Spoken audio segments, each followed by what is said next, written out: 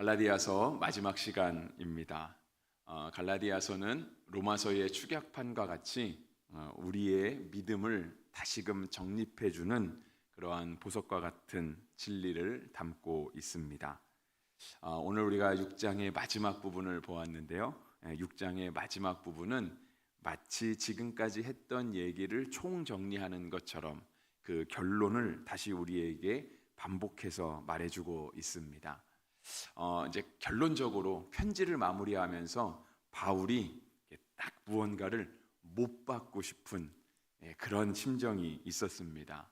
그래서 11절 보시면 내 손으로 너희에게 이렇게 큰 글자로 쓴 것을 보라 했습니다. 정말 이렇게 큰 글자로 썼을 수 있습니다. 그러니까 지금까지 작은 글씨로 써오다가 결론을 강조하기 위해서, 그리고 편지를 보낸 이 핵심 목적을 강조하기 위해서 정말 조금 더 큰 활자로 썼을 수도 있습니다. 근데 바울이 정말 큰 글자로 썼는지 작은 글자로 똑같은 글자로 썼는지는 모르지만 바울은 편지를 마무리하면서 정말 이 부분을 강조하고 싶었던 바로 그 마음이 여기에 묻어납니다. 그러면서 하는 말은 12절입니다. 무릇 육체의 모양을 내려 하는 자들이 억지로 너희에게 할례를 받게 함은 그들이 그리스도의 십자가로 말미암아 박해를 면하려 함뿐이라 했습니다. 그러니까 이제 육체의 흔적을 내는 거예요. 할례를 받는 거죠. 그러니까 몸에다가 내가 유대인입니다, 내가 하나님의 백성입니다라고 하는 표시를 하는 거예요.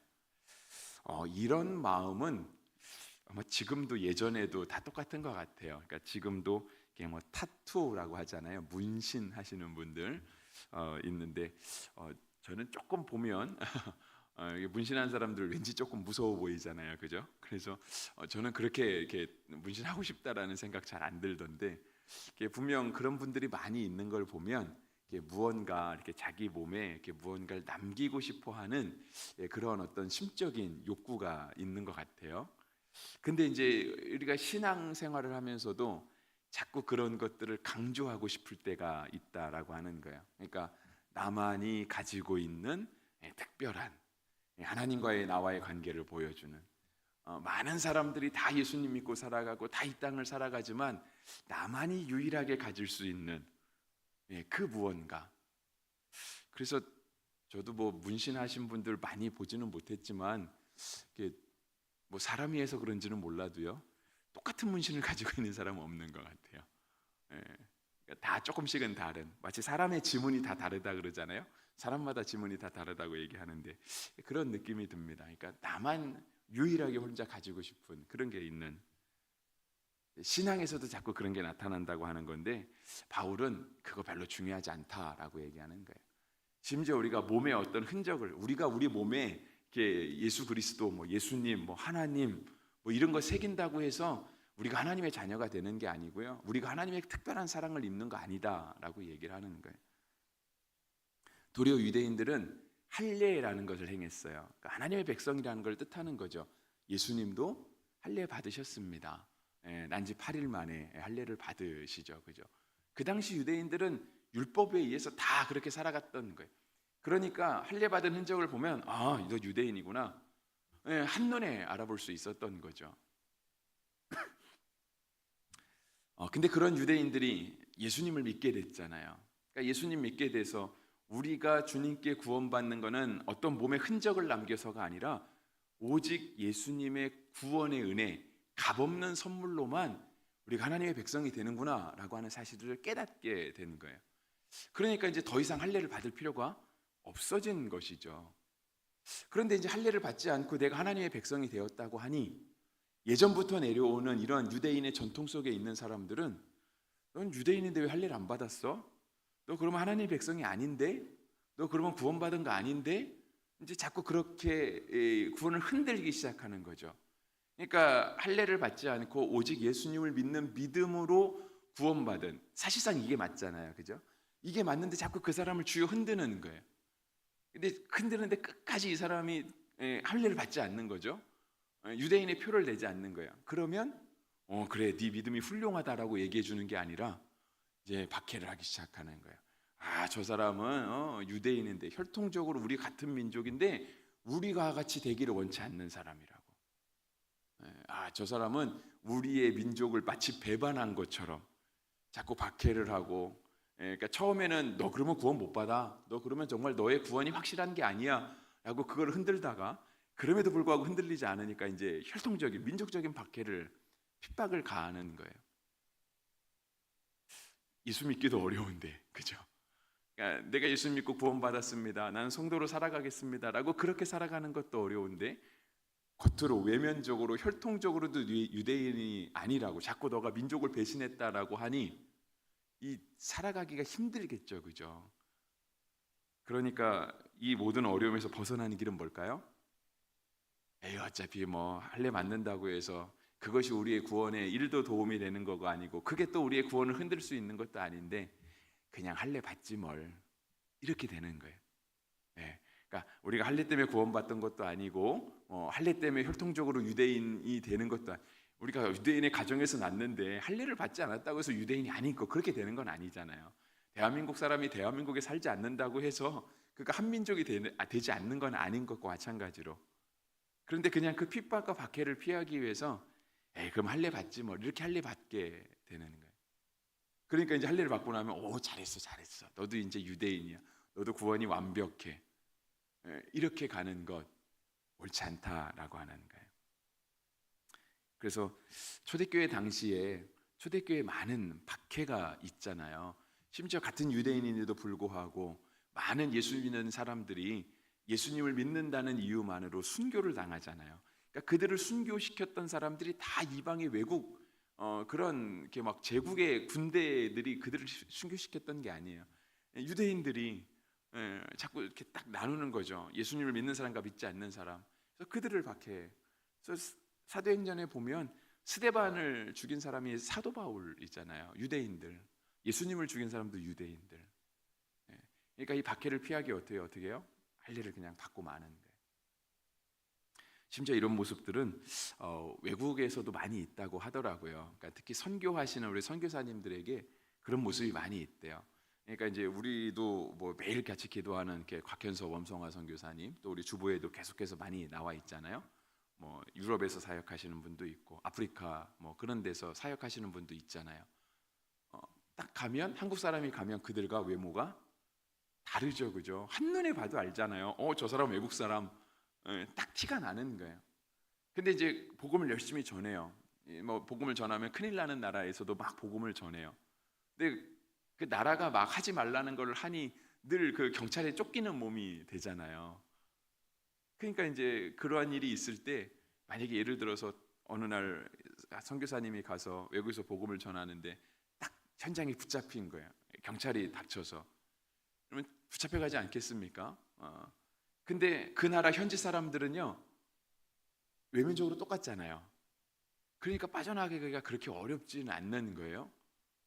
왜냐하면 우리 여기서 예배드린 거 아니라고, 잠깐 모여서 그냥 뭐 한국 문화를 배우고 뭐 한국 노래 배운 거라고, 너나 나나 다 똑같은 우리 민족 아니냐, 그러니까 쉽게 빠져나갈 수 있는 그런 모습들도 있어요. 근데 선교사님들은 일단 외모부터 다르잖아요. 외모부터 다르니까 그런 면에서 벗어나기 어려운 면들이 있어요. 그래서 그렇게 어려움을 겪는 선교사님들도 계시거든요. 물론 전혀 반대도 있습니다. 도리어 외국인이기 때문에 조금 보호받는 경우도 있어요. 왜냐하면 외교적인 마찰이 생길 수 있잖아요. 외국인을 함부로 잡아가거나 뭐 가두거나 그러면 외교적인 마찰이 생길 수 있으니까 도리어 선교사님들은 쉽게 벗어나는 경우도 있고, 도리어 현지민들은 조금 더 엄한 그런 처벌을 받는 경우도 있습니다.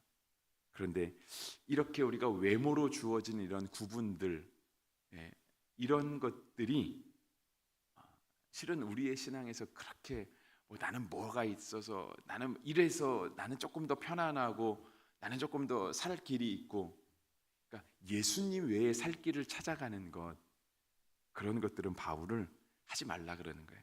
그런 사람들이 있었다라고 하는 거예요. 그래서 12절 끝에 그들이 그리스도의 십자가로 말미암아 박해를 면하려 한다고.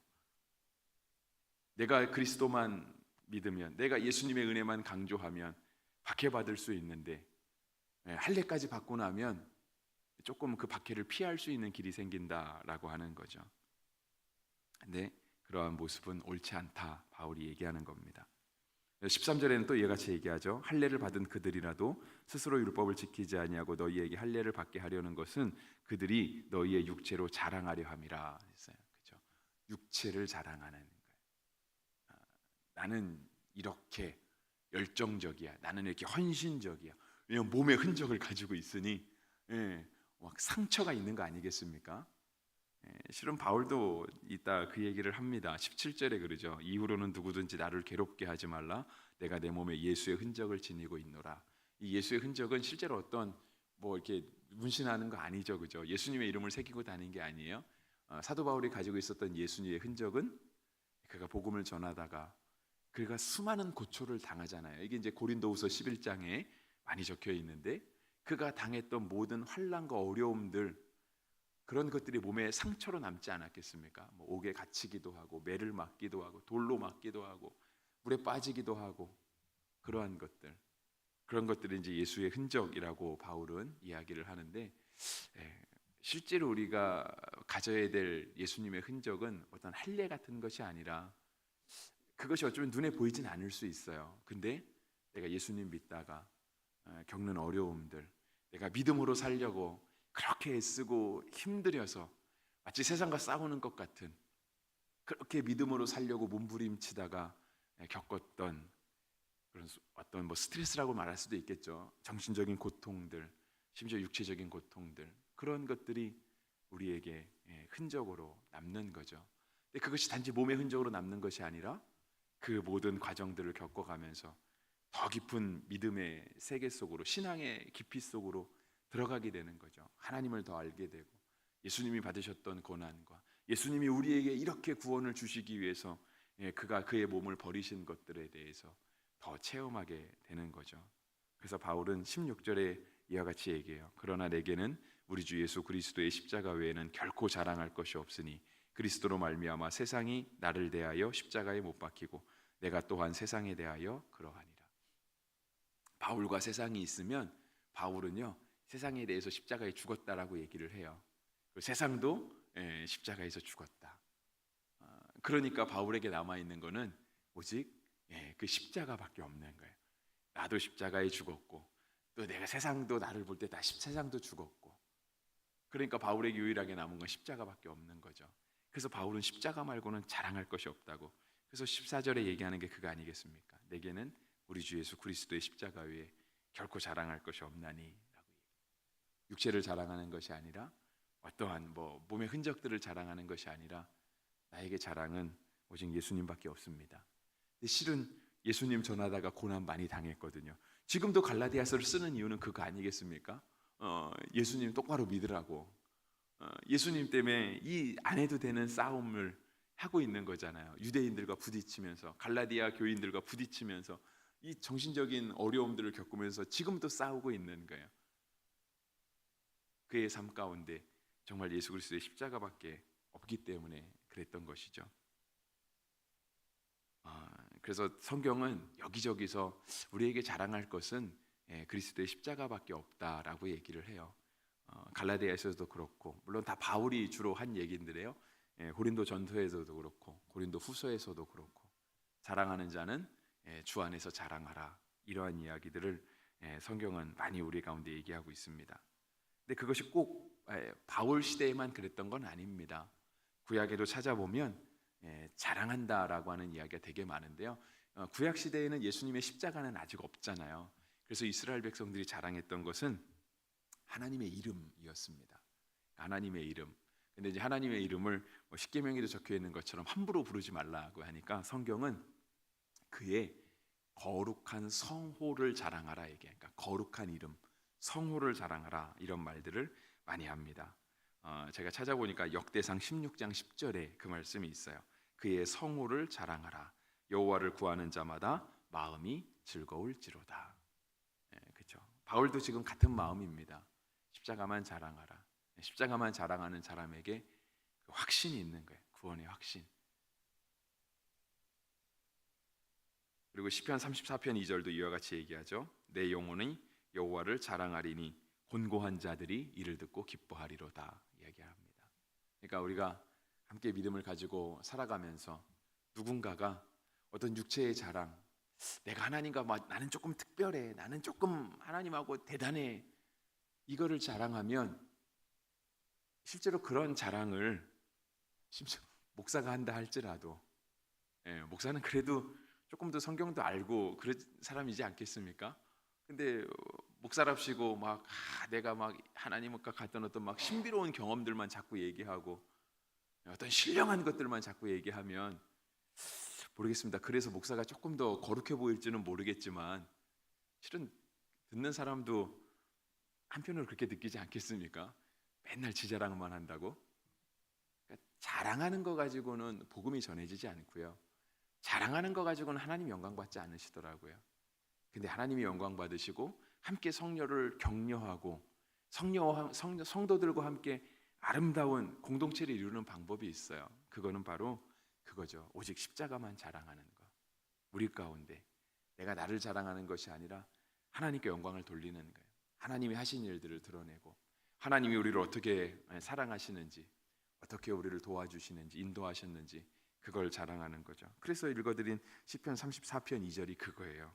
내 영혼이 여호와를 자랑하니니 곤고한 자가 이를 듣고 기뻐하리로다. 곤고한 자, 이렇게 삶의 어려움에 있는 자가 옆에서 하는 얘기를 듣는 거예요. 옆에서 하는 얘기를 들어보니 하나님이 살아계시다라고 얘기하는 거죠. 하나님이 오늘도 우리를 도와주고 계신다라고 얘기하는 거예요. 그 하나님이 나에겐 잘 안 느껴지는 것 같았는데 하나님이 돌아가신 게 아니라, 하나님이 안 계신 게 아니라 하나님은 여전히 우리 가운데 살아서 역사하신다라고 하는 것이 함께 신앙생활하는 지체들의 삶을 통해서 드러나게 되는 거죠. 그러니까 위로를 받게 되고 그의 삶에 다시 기쁨과 즐거움이 찾아오게 되는 거죠. 그래서 바울은 갈라디아 교회를 향해서 이 얘기를 강조해서 하고 있는 겁니다. 교회 안에 다른 것 자꾸 섞으려고 하지 마십시오. 예수님밖에 없습니다. 교회 안에 자랑할 것이 있다라고 한다면 내가 하나님께 어떤 그런 거 자꾸 자랑하지 말고 오직 십자가만 자랑하십시오. 이걸 자랑할 때 갈라디아 교회가 온전한 교회로 세워질 수 있었던 것처럼 우리 교회도 올바른 교회로 세워지게 될 줄을 믿습니다. 기도하겠습니다.